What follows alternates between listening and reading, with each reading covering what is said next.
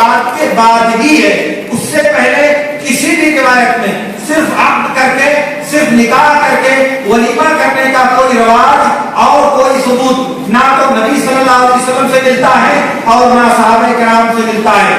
اس لیے یہاں دو باتیں یاد رکھنے کی ہیں۔ ایک بات تو یہ ہے کہ ولیمہ ایک عبادت ہے، ولیمہ ایک عبادت ہے جو امت کے انسانوں پر اللہ کے رسول صلی اللہ علیہ وسلم نے فرض قرار دیا ہے۔ آپ نوٹ کر لیں، شادی کرنے والے انسان پر ولیمہ فرض ہے، جیسا کہ مسند احمد کی روایت میں ہے، اللہ کے رسول صلی اللہ علیہ وسلم نے فرمایا یا علی انہ لا بد للعرس من ولیمہ، یا علی انہ لا بد للعرس من ولیمہ، اے علی شادی کے لیے ولیمہ ضروری ہے۔ تو ایک بات تو یہ ہے کہ ولیمہ کرنا ایک عبادت ہے، اور عبادت کا طریقہ وہ جائز ہے جو محمد الرسول اللہ صلی اللہ علیہ وسلم سے ثابت ہے۔ اور عقد کے بعد زوجین کی ملاقات سے پہلے ولیمہ کرنا نبی صلی اللہ علیہ وسلم سے ثابت نہیں ہے۔ دوسری بات یہ ہے کہ اگر ایسا کرنا یعنی نکاح کے فوراً بعد ولیمہ کرنا جائز ہوتا تو نبی صلی اللہ علیہ وسلم نے جب صفیہ سے شادی کیا تھا خیبر اور مدینے کے راستے میں مقام صحابہ پر، تو جب آپ نے ان سے شادی کیا، شادی کرنے کے بعد رات گزارنے کے بعد جب صبح ہوئی تو صبح آپ نے صحابہ سے کہا کہ تم لوگوں کے پاس اگر کھانے کا کوئی سامان ہو تو لے آؤ۔ تو کوئی کھجور لے آیا، کوئی ستو لے آیا، کوئی پنیر لے آیا، تو لا کر کے اس کو رکھ دیا گیا دسترخوان پر، اور اس کے بعد آپ نے صحابہ کو بلایا اور کہا کہ کھاؤ، یہ صفیہ کا ولیمہ ہے۔ تو یہ جو آپ نے صبح میں کھلایا ہے، یہی کام جب آپ نے کیا تھا، جب شادی کیا تھا اس وقت آپ کھلا سکتے تھے، مگر آپ نے اس وقت نہیں کھلایا، بلکہ انتظار کیا شب گزارنے کا کہ صفیہ کے ساتھ آپ کی ملاقات ہوئی، اس کے بعد آپ نے ولیمہ کیا۔ یہ بھی اس بات کی دلیل ہے کہ ولیمہ اس وقت ہونا چاہیے جب زوجین کی ملاقات ہو جائے۔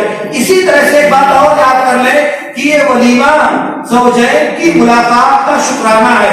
یہ جو شادی کی اللہ رب العالمین نے توفیق دیا، اس توفیق کے بدلے میں اللہ رب العالمین کا شکر ادا کیا جاتا ہے۔ ولیمے کی شکل میں سماج، گاؤں اور معاشرے کے لوگوں کو اپنی خوشی میں شریک کیا جاتا ہے۔ اب جب ملاقات نہیں ہوئی زوجین کی تو جو یہ نعمت اللہ نے دیا ہے وہ نعمت تو ابھی آپ کو حاصل نہیں ہوئی، وہ نعمت ابھی آپ کی پوری نہیں ہوئی، پھر آپ کس چیز کے شکرانے میں وہ دعوت اٹھا رہے ہیں یا ولیمہ کر رہے ہیں۔ اور ایک چوتھی بات اور یاد کر لیں، ہر وہ عمل، ہر وہ عبادت جس کا تقاضا نبی صلی اللہ علیہ وسلم کی زندگی میں موجود تھا اور کوئی رکاوٹ نہیں تھی، اس کے باوجود نبی صلی اللہ علیہ وسلم نے وہ کام نہیں کیا تو اس کام کو نہ کرنا سنت ہے۔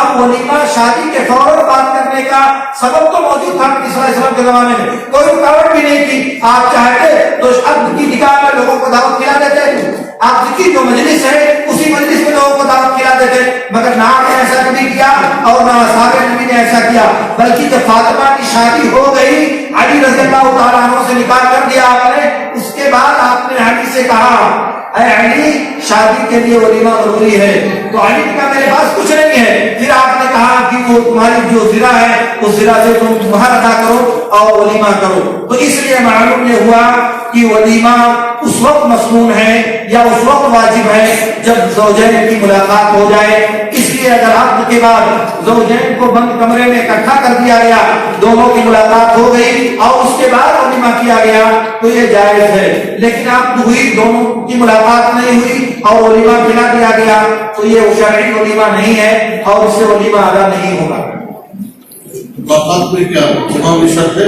نہیں، صرف دونوں کی تنہائی میں ملاقات ہونی چاہیے کہ وہ دونوں جو کرنا چاہیں کرنے پر قادر ہو، اور بقیہ اس سے زیادہ کوئی سوال ان سے نہیں کیا جائے گا۔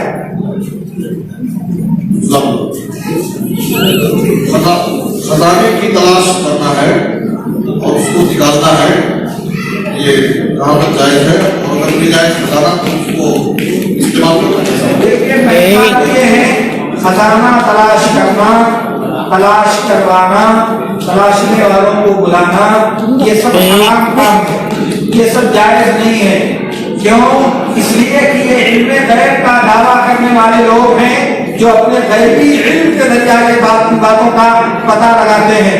اور ظاہر ہے جب کسی کاہن اور نجومی کے پاس جانے سے اللہ کے رسول صلی اللہ علیہ وسلم نے فرمایا کہ 40 دن تک اس کی نماز قبول نہیں ہوتی. اللہ کے نبی صلی اللہ علیہ وسلم نے فرمایا کہ مسلم کی روایت میں ہے من اتا کاہنا فسألہ لم تقبل له صلاة 40 لیلہ.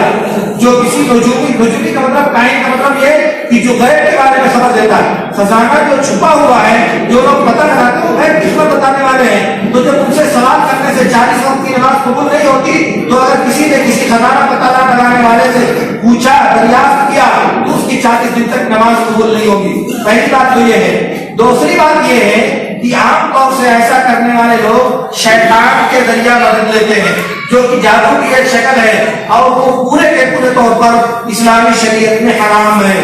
اور تیسری بات یہ ہے کہ خزانے کی جستجو کرنا یہ بجائے اس کے کہ اللہ رب العالمین نے اپنا فضل تلاش کرنے کا جو حکم دیا ہے, اس کے بجائے آپ اپنے آپ کو کوڑی بنانے کا عمل اختیار کرتے ہو. اللہ رب العالمین نے کہا فَإِذَا قُضِيَتِ الصَّلَاةُ فَانتَشِرُوا فِي الْأَرْضِ وَابْتَغُوا مِن فَضْلِ اللَّهِ.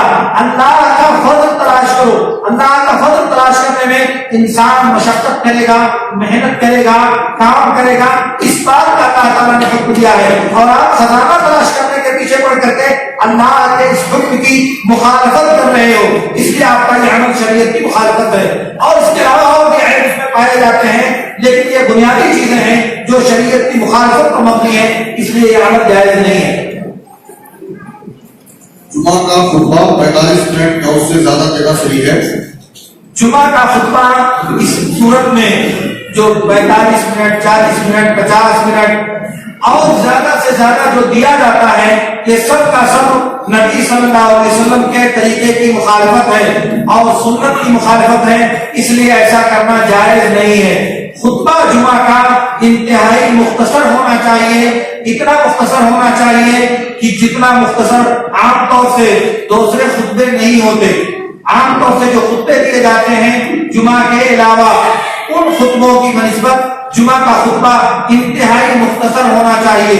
اللہ کے رسول صلی اللہ علیہ وسلم نے ارشاد فرمایا, جیسا کہ صحیح مسلم کی روایت میں ہے, ان طول صلاۃ الرجل وقصر خطبته مئنۃ من فقهه. انسان کا نماز کو لمبی کرنا اور خطبے کو مختصر کرنا یہ انسان کی فقہ کی نشانی ہے.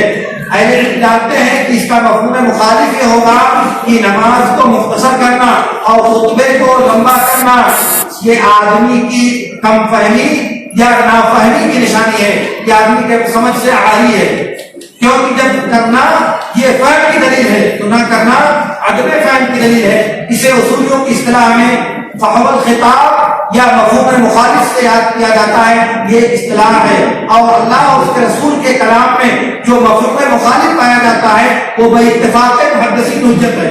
حنفیہ کیا وہ حجت نہیں ہے, لیکن بے اتفاق محدثین وہ حجت ہے, اس شرط کے ساتھ وہ کسی دوسرے نص اور کسی دوسری دلیل سے متعارف نہ ہو. اور چونکہ یہ مفہوم کسی دوسری دلیل سے متعارف نہیں ہے, اس لیے یہ حجت ہے کہ انسان اگر خطبے کو لمبا کرتا ہے, نماز کو اس کی بنسبت مختصر کرتا ہے, تو اس کا مطلب کیوں نہ سمجھ انسان. اور یہ عیب بہت بڑا ہے اس شریعت کی نظر میں.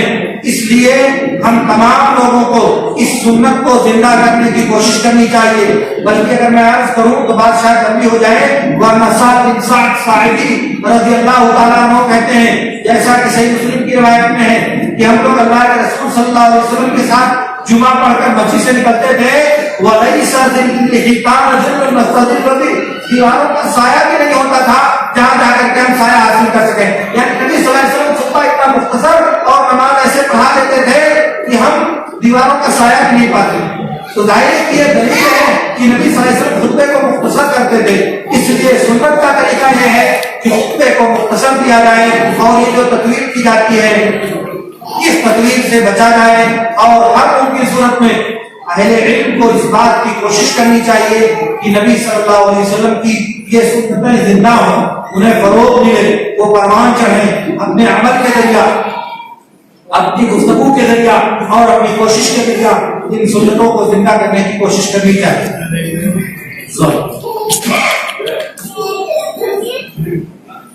وائر بیچ میں تو سوال ہے مجبوری کی حالت میں سود لینا کیا جائز ہو سکتا ہے جبکہ آج معاشرے میں